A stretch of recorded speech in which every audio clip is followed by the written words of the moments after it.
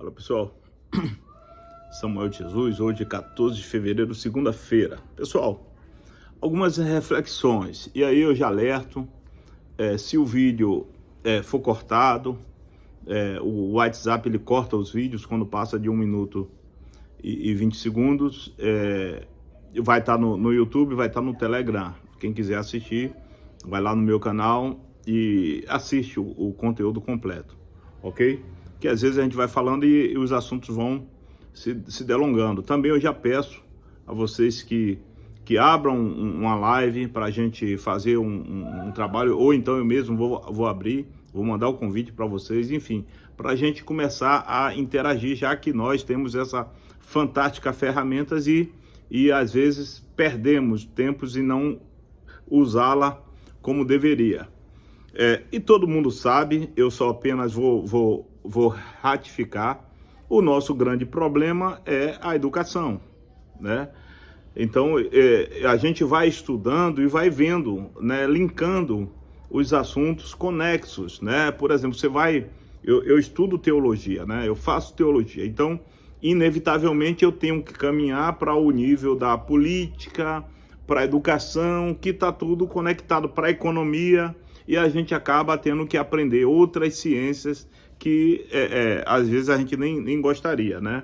Então está tudo conectado e todo mundo tem que entender um pouco disso. E é fato, isso aí é inegável, não há nem o que se dizer, a nossa educação é péssima, é horrível, é deprimente, mas isso não começou agora, tá? Isso tem um tempo e tem métodos. O problema é que tem métodos. O problema é que não é de qualquer jeito. Não, isso tudo é método. Por quê? Um povo ignorante fica mais fácil você dominá-lo. Então, é isso. Então, eu peguei esse livro aqui, né? Veja bem, um livro não tão grosso, e li em 2 dias, né? Por que eu me interessei por esse livro? O título é Lutero e a Igreja do Pecado. Logo pelo título, né, eu já tenho uma noção do que eu posso encontrar ali. Ou seja, eu ia encontrar um opositor de Martinho Lutero. Eu, particularmente, eu tenho Lutero eu sou um entusiasta de Lutero, tá? E, obviamente, por ser um teólogo, um cristão, eu tenho que conhecer minhas origens, minhas raízes, e eu estou aberto a tudo, né, que venha falando de Lutero ou contra Lutero. Tá? Então eu conheço muita gente boa que tem um trabalho fantástico, né, sobre o Martinho Lutero, né, e às vezes quando eu tenho alguma dúvida eu mando um e-mail, eles me respondem. É o pessoal da editora Sinodal, o pessoal lá de uma brilhante faculdade lá de, acho que Santa Catarina, esqueci agora o nome. Mas também eu não faço como os monolíticos, né? Aquelas mentalidades tacanhas, né? Que se escondem do contraditório. Não, vou atrás do contraditório. De repente eu consigo até mudar ou então enxergar o que eu não estava enxergando. Mas até aqui nada mudou, né? Li o livro e no próprio livro o cara foi até muito honesto. Ele cita as fragilidades do Martinho Lutero, mas essas fragilidades do Martinho Lutero, quem estuda um pouco e conhece a reforma, a biografia de Lutero, não vê isso como um mal, vê pelo menos pelo contrário, vê um cara autêntico mostrando suas fraquezas. E aqui vai um adendo: nunca mostre suas fraquezas para o seu inimigo, nem mesmo para seu amigo, a não ser que seja amigo mesmo. Então, Lutero, ele deixa claro nas obras dele a guerra que ele tinha, uma guerra espiritual, e ele vê demônio em tudo, vê o diabo em tudo, isso é notório, e o autor, eu acho que talvez ele tenha potencializado isso para depor contra o próprio Lutero, mas não, para mim, na minha leitura, isso apenas favoreceu o próprio Lutero, né?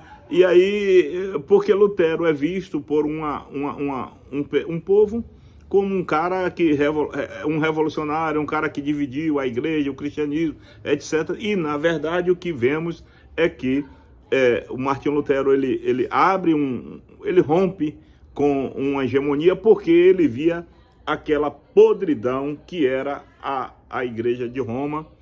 E o autor também ele é muito sincero e ele vai lá e atesta, confirma, né, com tudo que Lutero via e até o que Lutero não sabia.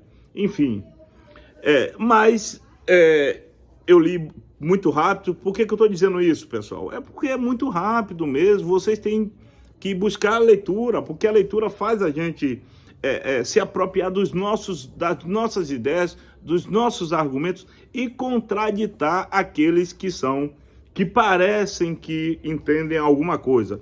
Mas aqui eu estou com uma pérola, né, do Mortimer Adler, né, que ele traz a proposta da paideia, né, um livro imperdível. E aí eu não tenho como não falar desse caos. E aí as duas coisas elas se combinam, tá? A intelectualidade, a alta cultura com a espiritualidade. Então a falta dessa cultura, dessa alta cultura, dessa intelectualidade sadia, sã, ela afasta a espiritualidade, ou seja, o Deus, se afasta de Deus. O contrário é verdadeiro. A alta cultura, a alta espiritualidade, a alta intelectualidade, ela aproxima o homem de Deus. Então, não é à toa as mazelas que todos nós sabemos, vemos e, obviamente, nós somos também afetados por ela, ainda que não fisicamente, mas psicologicamente.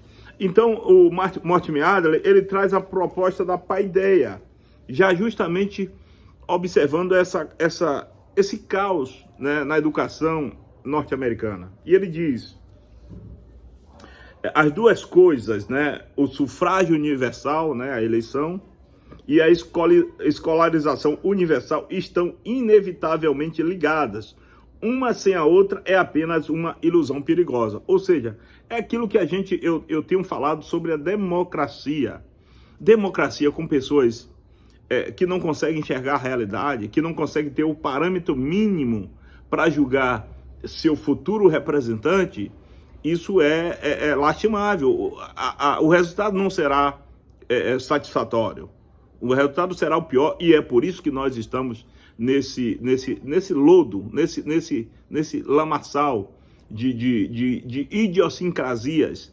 Então, é aquilo que o Aristóteles falava, e Platão dizia que toda democracia caminha para uma tirania, e não é isso que eles estão querendo nos levar, salvo se não fosse o nosso presidente Jair Bolsonaro, estaríamos numa tirania, todo mundo estaria sendo colocado na testa aí o passaporte sanitário. Enfim, então ele diz: o sufrágio sem a educação produz a oclocracia.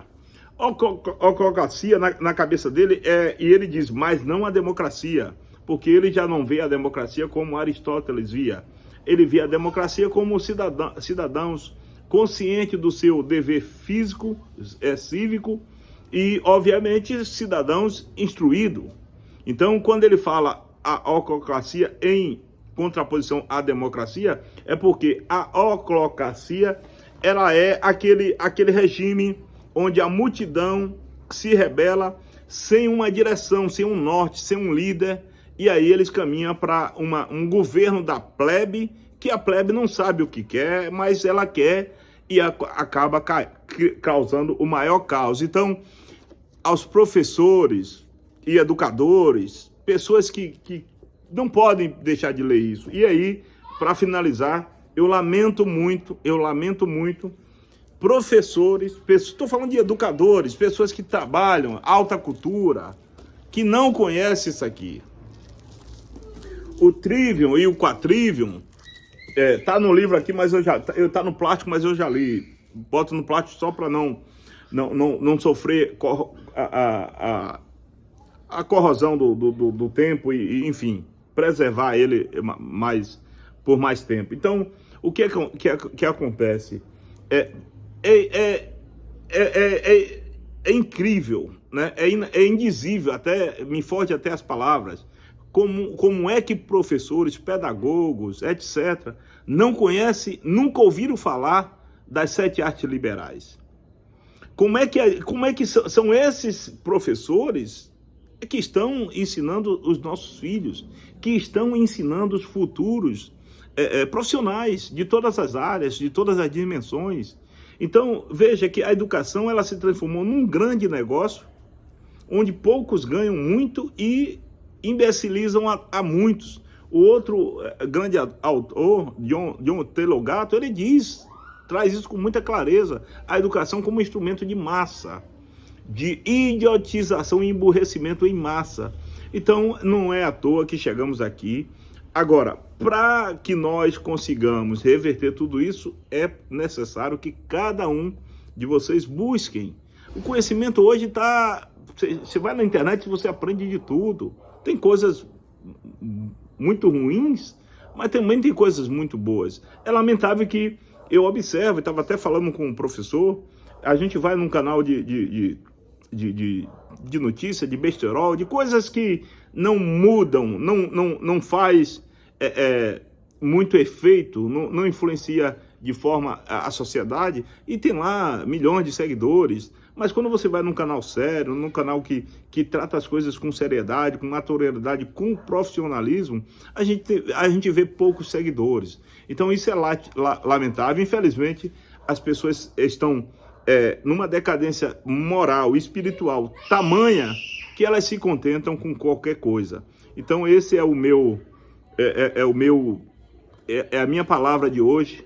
Né, que possamos, esses livros estão nas minhas redes, os livros que leio, os livros que recomendo. Às vezes eu faço uma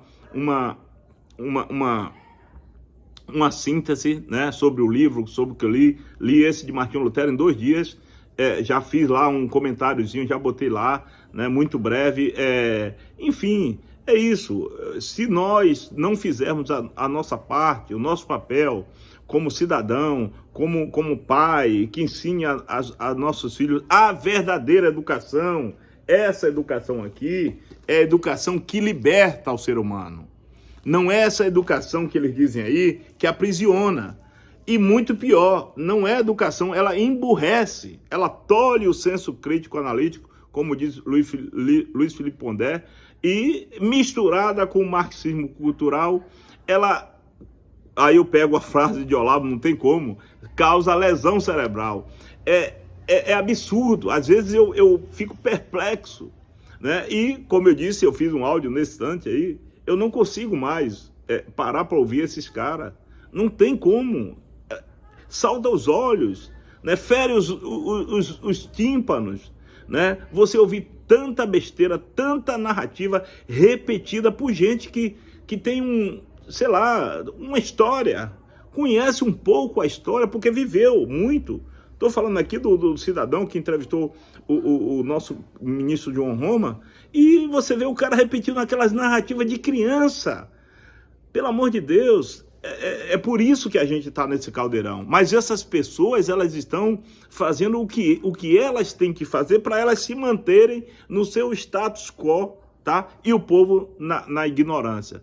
E eles fingindo que está falando pelo povo. Isso é lamentável, são hipócritas, são amantes de si mesmos, são inimigos de Deus, tá? Não tem seriedade, não tem verdade nas palavras deles, e Deus tenha misericórdia dessa nação. Que Deus abençoe a todos. Vai estar lá no meu canal, dá uma moral lá, segue lá e comenta, porque aí a gente vai estar discutindo e criando uma autoridade, uma sociedade mais madura, né? Tanto intelectualmente como espiritualmente. Deus abençoe a todos.